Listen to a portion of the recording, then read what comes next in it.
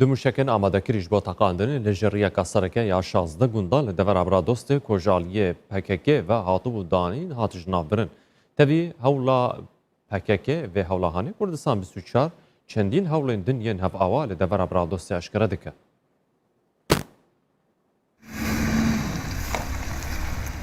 دوو موشک لە نێو ئەم قەنتەرەدا بۆ تەقانەوە دانراونەتەوە. ڕێگای سەرەکی 16 گوندی دەشتەهێرت و سنتەری ناحێسیدەکانە لە برادۆست. دوای دۆزینەوەی لەلایەن دانیشتوانی ناوچەکە هێزەکانی ئاساییشیان لێ ئاگادار کردوێتەوە و ئەوانیش بانگهێشتی تیمی پوچەڵکردنەوەیان کردووە لە دەستگای گشتی کاروباری مین. دوای بڕینی تەلی پەیوەستکرا و نەمانی مەترسی تەقینەوە تیمەکە بۆ لە ناوبردنیان دەیانگوازێتەوە شوێنی مەبەست.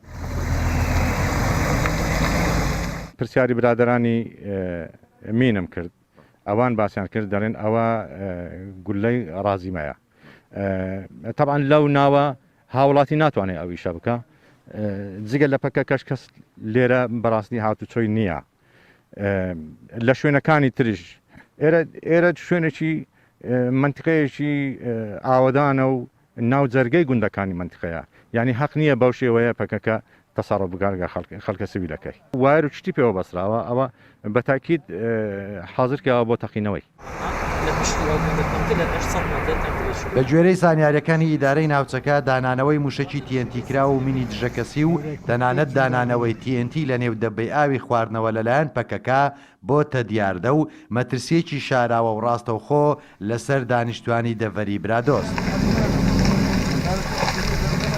لە زۆر شوێنە TNT دانراوە کۆمەترسێکی ڕاستەخۆیان ناڕاستەخۆ بەسەر هاوڵاتیەکانی ئێمەدا ئەبێت بۆیە لە ئێستادا هاوڵاتیەکان بە تایبەتی ئەو گوندنشینانەی کەوا ژمارەیان بە نزیکەی 20 گوند دەبیت لە ژێر مەترسیدان بە تایبەتیش لە ئێستادەکەوە وەرزی زستانە پێکدادانەکان زیاتر ئەبێ بە لێکدانەوەی ئێمە تەنها لەم ساڵدا 3 هاوڵاتی شەهید بوون و هەروەها 4 هاوڵاتیش بریندار بوون کە هێشتا ساڵەکەش تەواو نەبووە کەمتر لە ساڵێک ئەم قوربانیانە لە ڕێزی سفیل و گوندنشینانی ئێمە دروست بووە.